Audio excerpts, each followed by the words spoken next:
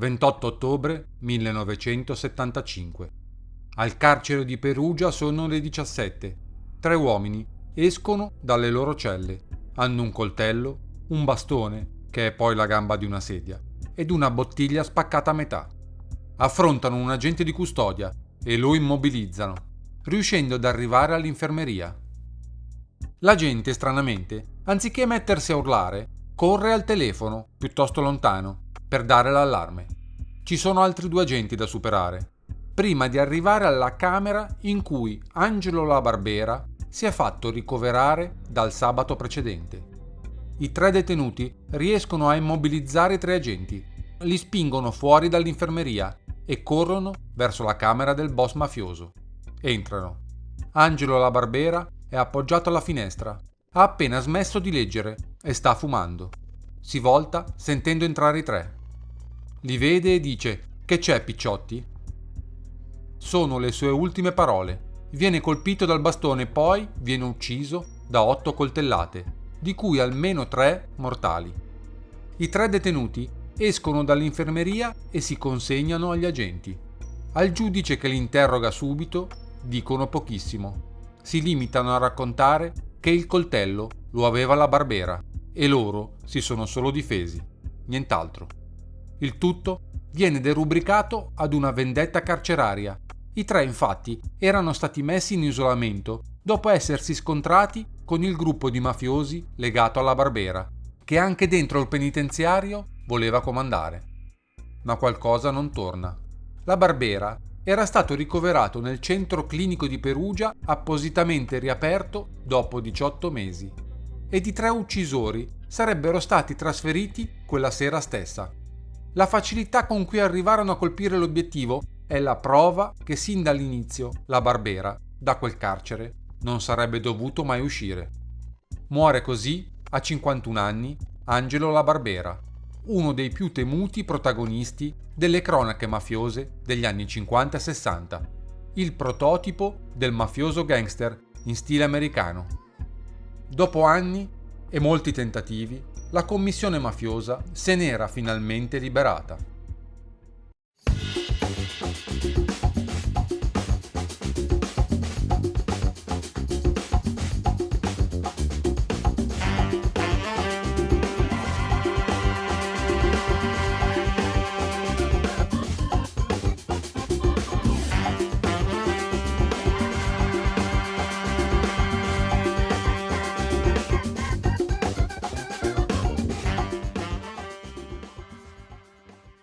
Angelo La Barbera è chiamato il boss in doppio petto per la mania di indossare abiti di buon taglio e cravatte costose. L'eleganza esteriore però non ha mai ingannato nessuno. Angelo La Barbera, del resto, non fa nulla per nascondere il carattere prepotente, la sua voglia di primeggiare a ogni costo, anche se per questo è necessario mettere mano alla pistola. Della mafia, nei circa 10 anni che lo hanno visto protagonista, rappresenta il volto violento. È con la sua entrata in scena, all'inizio degli anni 50, che i boss sono costretti ad abbandonare la vecchia e redditizia tecnica delle cose fatte in silenzio, degli agguati a lupara tesi nell'ombra di una strada di campagna. Angelo La Barbera porta la guerra direttamente in città, abbandona il fucile a canne mozze per il mitra, scatenando i suoi commandos alla luce del giorno, senza preoccuparsi se le strade siano affollate e ci possano andare di mezzo passanti innocenti. I fratelli La Barbera, Angelo e Salvatore, rappresentano negli anni 50 e 60 i personaggi chiave delle nuove leve della mafia, decisi a costruire la loro fortuna. Figli di un povero carbonaio della borgata palermitana di Partanna Mondello, conquistano in breve il loro posto tra le cosche che negli anni 50 assaltano ville e giardini palermitani con il cemento armato della speculazione, con i metodi del terrorismo e della spregiudicata utilizzazione dei legami con i gruppi dirigenti del comune di Palermo. Il nome di Angelo La Barbera è legato alla cosiddetta guerra di Palermo, combattuta senza risparmio per dominare il controllo della speculazione edilizia. Siamo nel 1952 e Angelo La Barbera, piccolo costruttore edile, con buoni agganci al comune di Palermo, riesce ad entrare come vice nella cosca di Antonio Marsiglia, capo incontrastato della zona di Palermo Centro. In quegli anni i giardini della Conca d'Oro vengono smantellati per lasciare spazio ai palazzoni di cemento armato, che hanno deturpato il volto della città. Un'occasione che la mafia non si fa sfuggire, ma che crea all'interno dell'organizzazione una fase di assestamento che sarebbe sfociata in una guerra sanguinosa. Da una parte infatti c'è la vecchia mafia che ha vissuto fino a quel momento della guardiania delle campagne e del contrabbando di droga e sigarette. Dall'altra la giovane generazione che vede nella speculazione edilizia una facile fonte di guadagno. Il nome di La Barbera sale alla ribalta della cronaca nel 52. La sua irruzione nel racket mafioso palermitano è, non a caso, legata al primo violento trauma subito dalle vecchie cosche. Il La Barbera viene accusato infatti, dopo una sotterranea trafila di furti, estorsioni e rapine, dell'eliminazione di Eugenio Ricciardi, il candidato dell'epoca al ruolo di capomafia.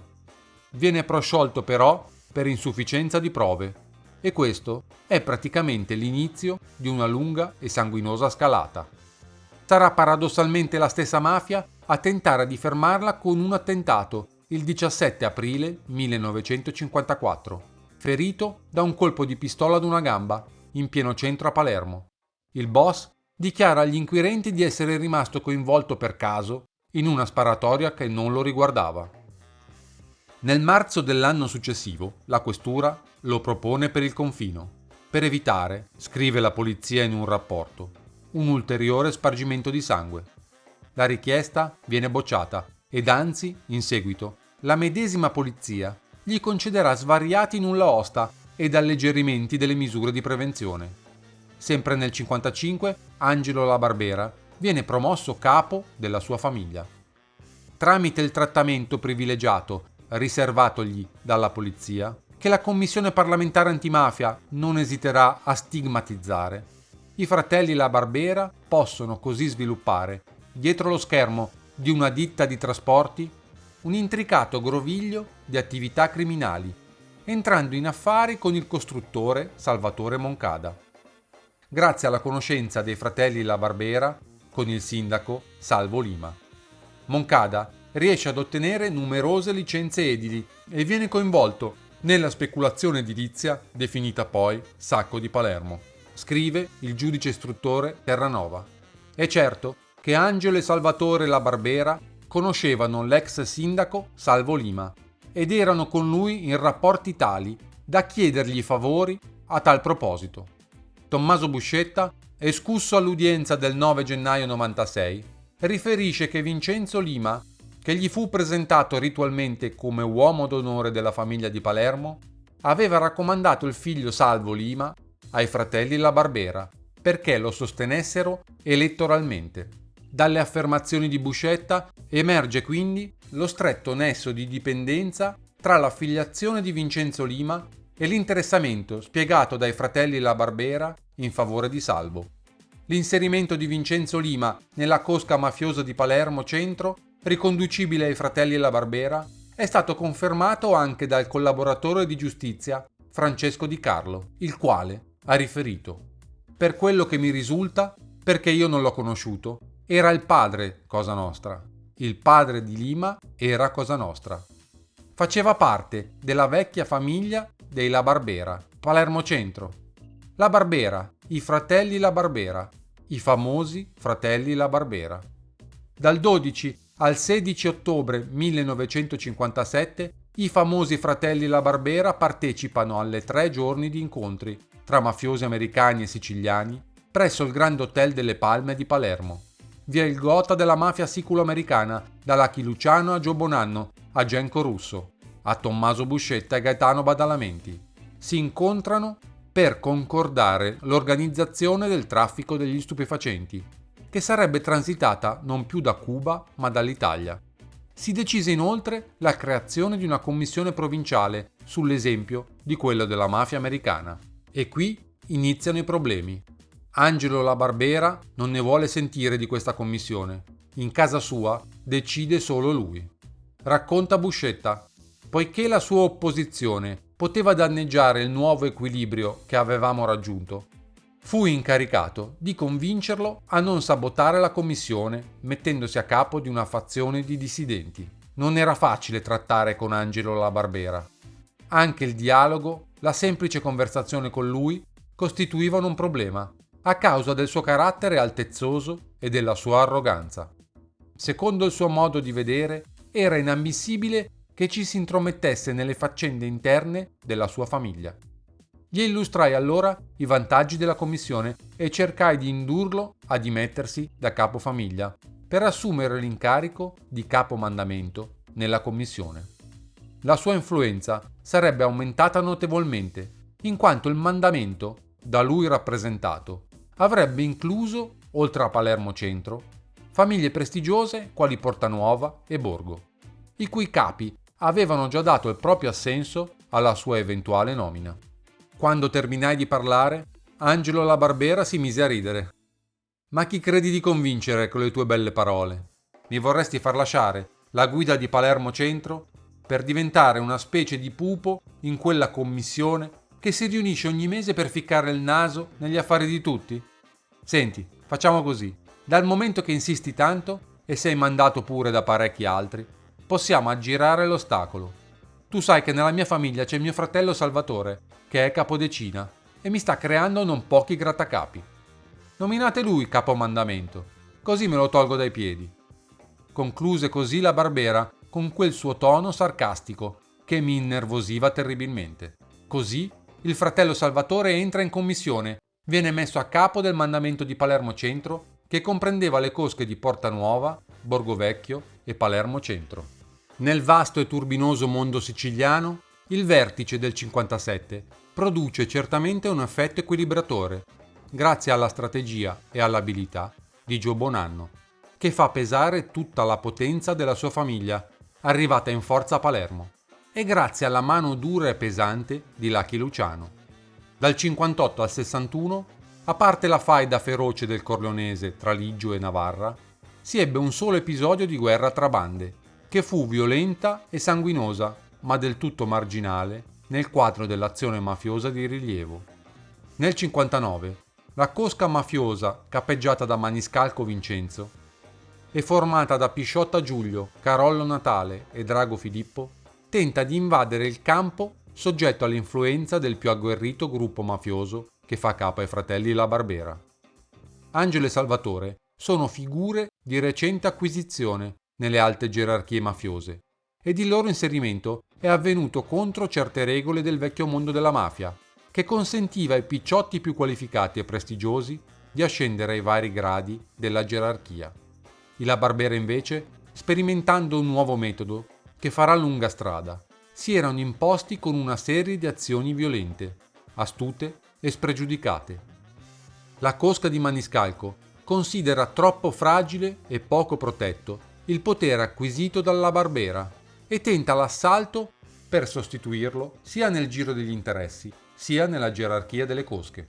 Un calcolo errato che porta all'eliminazione della cosca del Maniscalco e al conseguente rafforzamento della posizione della Barbera. Il 17 settembre 59 viene assassinato Drago Filippo. Il 9 maggio 60 tocca a Maniscalco Vincenzo, che ha subito un avvertimento pochi giorni prima. Il 2 ottobre 60 scompaiono, dopo essere stati sequestrati, Pisciotta Giulio e Carollo Natale. In questo stesso periodo i fratelli La Barbera sono molestati da una diffida che il questore di Palermo gli infligge e della quale vengono a conoscenza perché, dicono, un'istanza del 1 dicembre 59 è stata appesa presso il comune di Palermo. I La Barbera chiedono la revoca della diffida. Si legge in un loro scritto: pur lavorando onestamente e svolgendo un'attività controllabilissima, ci troviamo nelle condizioni di non poter lavorare con serenità e perché c'è della gente che ci vuole male. Siamo costretti ad andare all'estero per poter lavorare con tranquillità, avendo da sostenere le nostre famiglie. I due fratelli La Barbera riparano all'estero, anche grazie alla concessione particolare di 2 passaporti. Dopo essersi allontanato da Palermo, la Barbera compie un viaggio in Canada ed in Messico, insieme ai mafiosi Pietro Davi e Rosario Mancino, per organizzare un traffico di stupefacenti. Tornato in Italia, incontra più volte a Milano il boss mafioso Joe Adonis, che per la Cosa Nostra americana si occupa del traffico di diamanti e stupefacenti in Europa. Il potere dei fratelli La Barbera sta raggiungendo il suo apice, quando, all'improvviso, scoppia la prima guerra di mafia.